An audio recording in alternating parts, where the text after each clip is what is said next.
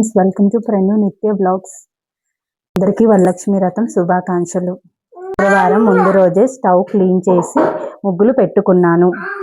తర్వాత దేవుడు నైవేద్యం కోసం పప్పు బియ్యం నానబెట్టుకున్నాను. అలానే కొమ్ము శనగలు కూడా నానబెట్టుకున్నాను. తరువాత దేవి డెకరేషన్ కోసం ఆకులతో పూలతో చేసి రెడీగా పెట్టుకున్నాను. తర్వాత పూజా సామాగ్రి శుభ్రం చేసుకొని పెట్టుకున్నాను. బయట నీళ్లు చల్లి పసుపుతో అలికి ముగ్గు వేసుకున్నాను. శుక్రవారం ఉదయాన్నే లేచి స్నానం చేసుకొని ఊడ్చి మాఫ్ చేసుకున్నాను. తర్వాత దేవుడి నైవేద్యం కోసం తడి పాత్ర పెట్టుకొని డ్రై ఫ్రూట్స్ ఫ్రై చేసుకొని పక్కన పెట్టుకున్నాను. పాత్రలో వాటర్ వేసాను. బాయిల్ అయిన తర్వాత బెల్లాన్ని యాడ్ చేశాను. అందులో ముందుగా ఫ్రై చేసి పెట్టుకున్న డ్రై ఫ్రూట్స్ ని యాడ్ చేస్తాను. తర్వాత దేవి డెకరేషన్ కోసం తోరణాలు బంతిపూలు మాలలతో డెకరేషన్ చేసుకుంటున్నాను. రోజు రెడీ చేసి పెట్టుకున్న ని పూలు మాలల మధ్యలో పెట్టి అలంకరిస్తున్నాను. అలా మొత్తానికి దేవి డెకరేషన్ కంప్లీట్ చేశాను. దేవి నైవేద్యం కోసం వారికి ఎంతో ఇష్టమైన పులిహోర రెడీ చేస్తున్నాను. లోపలే మా ఆయన లేచి స్నానం చేసి రెడీ అయి ప్రసాదాల్లో హెల్ప్ చేయడానికి వచ్చారు. చింతపండు గుజ్జుని రైస్ లో వేసుకొని కలుపుతున్నాను. తర్వాత దేవుడి నైవేద్యం కోసం బాయిల్ చేసి పెట్టుకున్న కొమ్ము శనగల్ని ఫ్రై చేసి పెట్టుకున్నాను. తర్వాత నైవేద్యంగా వారికి ఎంతో ఇష్టమైన పూర్ణం బూరెలు రెడీ చేసి పెట్టుకున్నాను.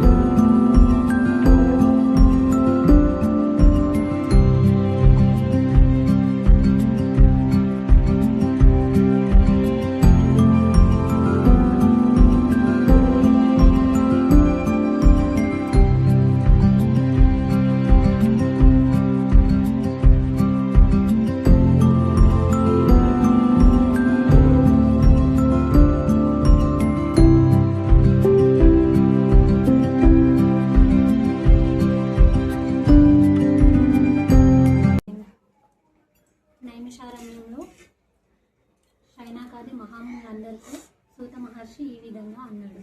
మునిశ్రేష్ఠులారా, స్త్రీలకు సర్వ సౌభాగ్యాలు కలుగజేసే వ్రతము ఒకటి ఉన్నది. దానిని పరమేశ్వరుడు పార్వతీదేవికి తెలియజేశాడు. లోకోపకారం కోసం ఆ వ్రతాన్ని మీకు వివరంగా తెలియజేస్తాను. శ్రద్ధగా వినండి. పూర్వము పరమేశ్వరుడు కైలాసంలో సింహాసనంపై ఆసీనులై ఉండగా ఇంద్రాది దేవతలు, దిక్పాలకులు, నారదాది మహామునీశ్వరులు స్తోత్రం చేస్తూ పరమేశ్వరుని కీర్తిస్తున్నారు. ఆ ఆనంద సమయంలో పార్వతీదేవి పరమేశ్వరునితో, నాదా, స్త్రీలు సర్వ సౌభాగ్యాలు పొంది పుత్రపౌత్రాభివృద్ధితో తరించుటకు తగిన వ్రతము ఒకదానిని తెలియజేయవలసిందని అడిగినది. ఆమె మాటలకు పరమేశ్వరుడు ఎంతో సంతోషించి, దేవి, నీవు కోరిన విధంగా స్త్రీలకు సర్వ సౌభాగ్యాలు కలుగజేసే వరలక్ష్మి వ్రతం అనే ఒక వ్రతం ఉంది. శ్రావణ మాసంలో పూర్ణిమకు ముందు వచ్చే శుక్రవారం నాడు ఈ వరలక్ష్మి వ్రతమును చేయాలి.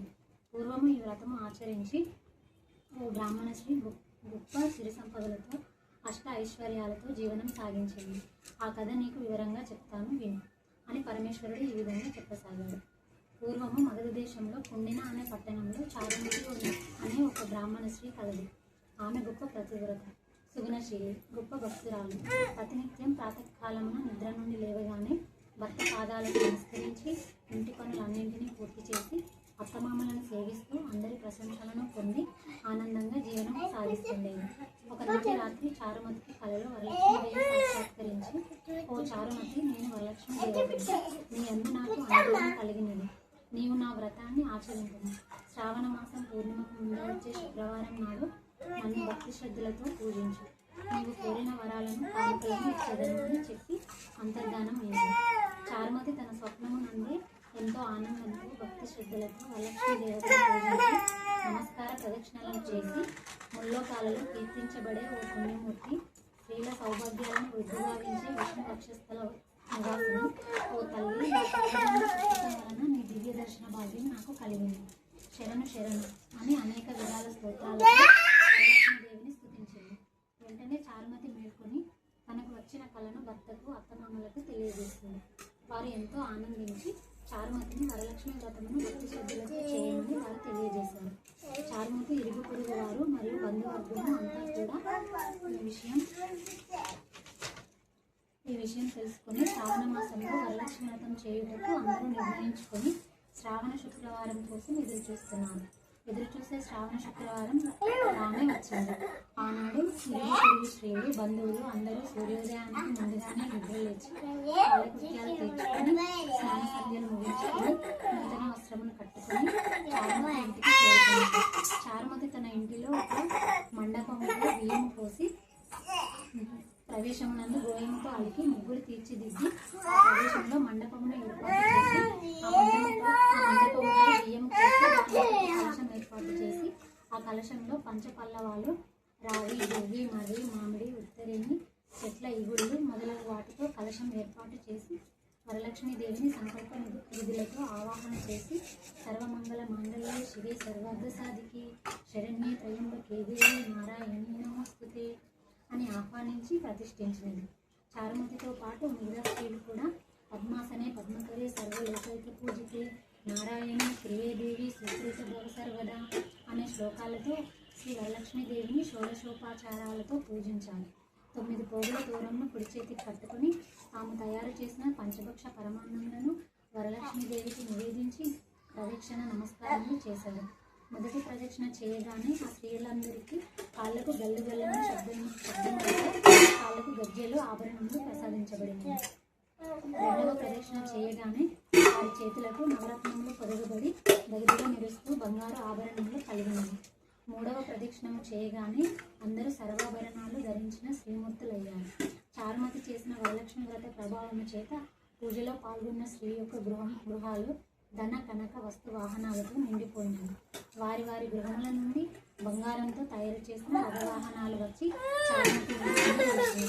వ్రతం పూర్తయిన తర్వాత తమచే శాస్త్ర ప్రకారం వ్రతం చేయించిన బ్రాహ్మణోత్తముని పుష్పగంధములతో పూజించి దక్షిణ తాంబూలములు సమర్పించి ఆయన ఆశీస్సులు పొంది వరలక్ష్మీదేవికి నివేదించిన భక్ష్యభోజ్యములను బంధువర్గం అందరికీ ఆతిథ్యం ఇచ్చి తాము తృప్తిగా భుజించి వారి వారి గృహాల నుండి వచ్చిన వాహనాలను ఎక్కి తమ గృహాలకు పోతూ వరలక్ష్మీదేవిని మనసున ధ్యానిస్తూ ఒకరితో ఒకరు ఓహో చారుమతి భాగ్యమే భాగ్యం కదా, తమకు కూడా ఇంతటి భాగ్యం కలిగినదని చారుమతిని సంతోషంతో పొగుడుతూ ఎవరి ఇళ్లకు వారు సాగిపోయారు.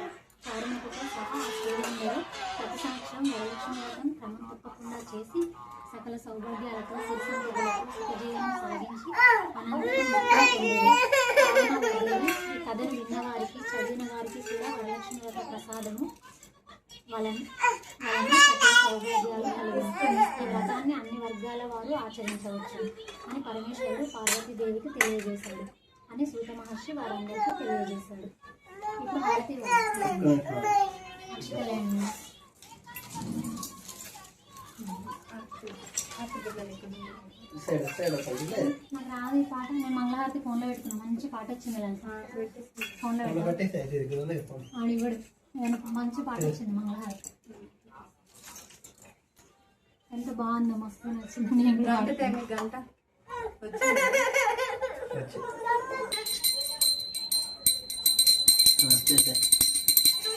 శ్రీలక్ష్మి జయ మంగళం వరలక్ష్మి నీకినే శుభమంగళం శ్రీమన్ మహాలక్ష్మి జయ మంగళం హరిప్రియ నీకినే శుభమంగళం ఆదిలక్ష్మి నీకు జయ మంగళం ధాన్యలక్ష్మి నీకు శుభమంగళం ధైర్యలక్ష్మి నీకు జయ మంగళం గజలక్ష్మి నీకిదే శుభమంగళం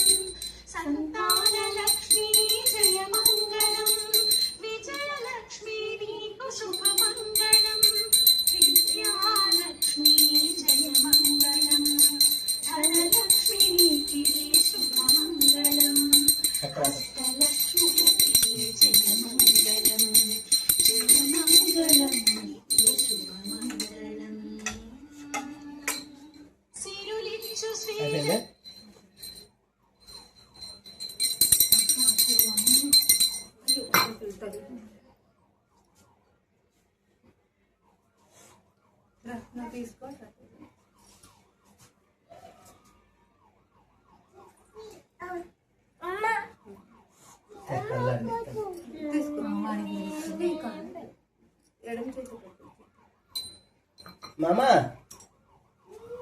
తీసుకోదా తీసుకోదా